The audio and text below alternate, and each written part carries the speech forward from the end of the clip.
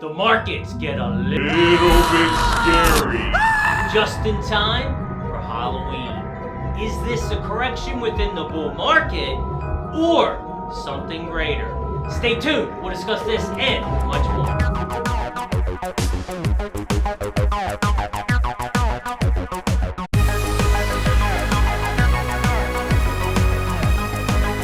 Hello, this is Loftus with Wealth and Wisdom TV, where education is the key to a successful financial future.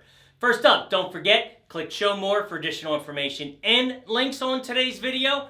Also, if you find this video of value or are looking for a different opinion, that of Wall Street and Big TV, please do consider subscribing. Lots to talk about this week. Markets, yes, getting a little bit scary. Allocation changes, raising cash, all kinds of stuff. So let's go to the big charts.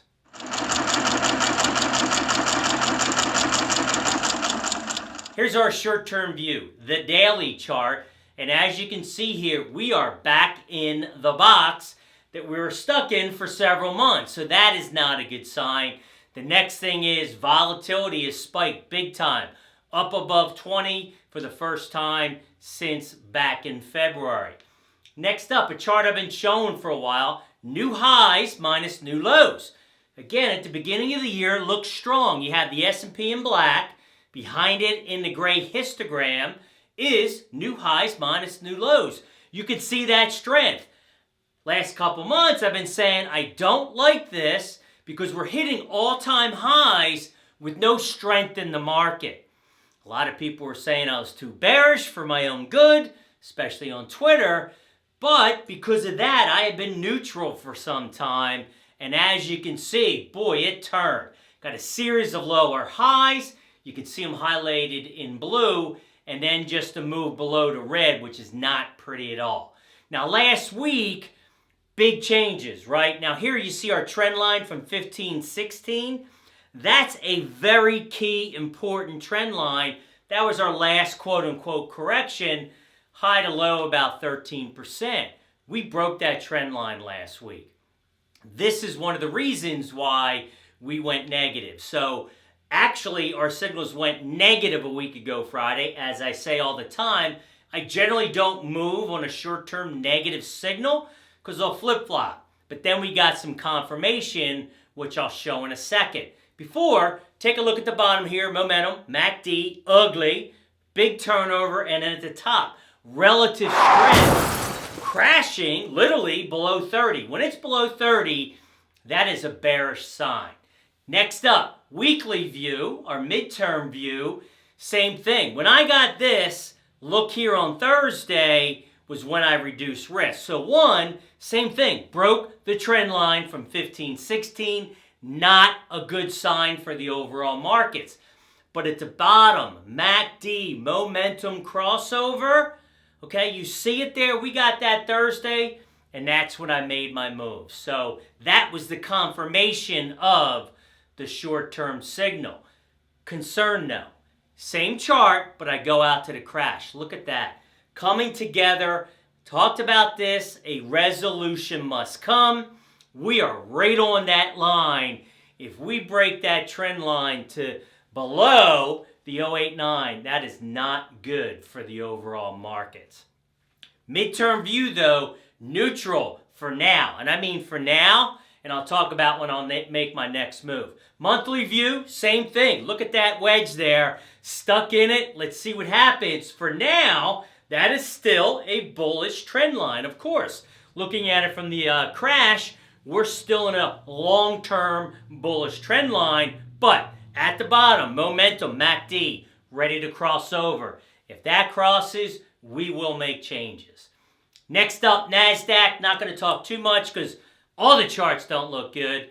But same thing, broke below our 200-day moving average, just like the S&P, breaking down below 30 RSI, momentum down, nothing looks good here, and that's a problem. Tech has carried this market.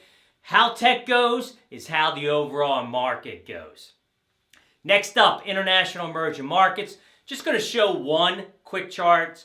Emerging market index. It's been bad. down big time all year. China's getting crushed, down over 20%, and that was way before the tariffs. Last week, we had this situation in China. You think we have issues with housing here back in 08? They had riots in China last week because they were cutting home prices by over 33%. Here's a quick look. That looks a little scary. So, as a group, U.S. equities, 2 of 11 in an uptrend. So, as a group, we are down. Have not seen that for quite some time. International, 3 of 53 in an uptrend. As a group, in a downtrend. So, both of those together, we have not seen that since February. Got to continue to watch it. So, next up, market breadth. Haven't shown this in a while. Couple things real quick. 50-day moving average. Those companies above or below the 50-day moving average. S&P, 15%. Below 40 is bearish short term. NASDAQ, 17. 10 for mids. And an ugly 8 for small caps. 200-day, you would expect it to be a little bit better because 200-day moving average, longer period, smoother ride. So here, again, under 40% is going to be a bearish move. S&P at 45, just holding on. NASDAQ 100, 43, mids 33, and smalls 31. So what's next? Well, for now, we're looking at the overall charts, all of them, to see where we go. I'm looking at 2,700 and 2,620 as our next 2 levels of support, or the turnover in the overall markets as far as momentum. If we see that, then we will continue to reduce. So wrapping it all together, short-term negative, mid-term neutral, but ready to go negative.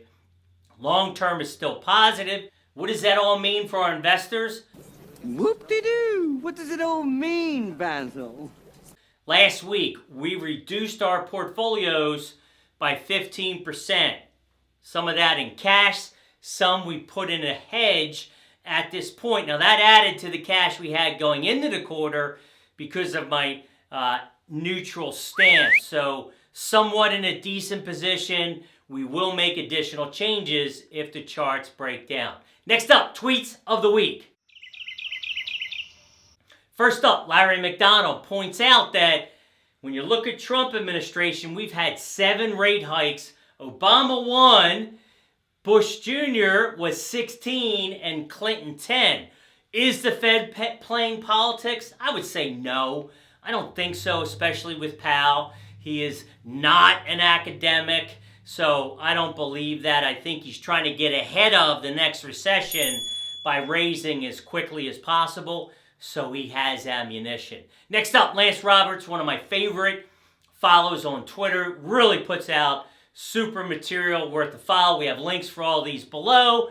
And what he's saying, the amount of leverage in the system, corporate debt, margin debt, household debt, etc., is going to create the next crisis. It's going to be a credit event. Liquidity, and I'm going to talk about that in a second. I agree with you, Lance. Next up, David Rosenberg, talking about financials breaking down. Very unusual. You would think with rates rising, financials would be doing okay. Not the case right now. And what he says, as we saw in 2007, this is a classic late cycle canary in the coal mine indicator. I think that's a technical term, but that's not good. We'll continue to watch that. Next up, what keeps me up at night? So last week, there were all the specials on CNBC and all this stuff, but nobody talked about this. It was really surprising. What moved the markets was higher rates is what they're saying. I think it's more than that, obviously, when you look at the overall charts. But you have to go back to 08. We had quantitative easing where the Fed was pumping the system, pumping with liquidity, cash, lower rates, buying bonds, all kinds of stuff. And then back, what happens, the market goes up. Now we've started quantitative tightening. Now you look at this chart, you see it's kind of going over a little bit, but let's take a closer look from 16, and you can see the drop-off. Well, what happened in the beginning of October, we went from 10 billion a month sales to 50. Liquidity, again, the market loves liquidity, and the Fed's taking it away. This is a big issue in my opinion. Next up, treasuries. 10s minus 2s, gotten a little bit better, not surprising because short terms kind of leveled off a little bit. Still low, but looks much better than a couple weeks ago. The issue is when you take a look here at treasuries, the long-term trend line has been broken. Another break of a trend line, which is important, going back to the 80s. So we are definitely in a rising cycle. I've got a video coming out next week about what to do about bonds. We'll get into this more deeply, but for now we're holding. Next up on my radar. Now, as you'd imagine, there's not a lot here, but I'm going to bring back an oldie, but a goodie. Gold! Everyone asks about gold. For me, I'll have a video up here the last time I talked about gold, about 18 months ago. I will get in if the market goes the other direction. Yes, we saw a breakout last week. Too early to tell on this one, but it is back on my radar.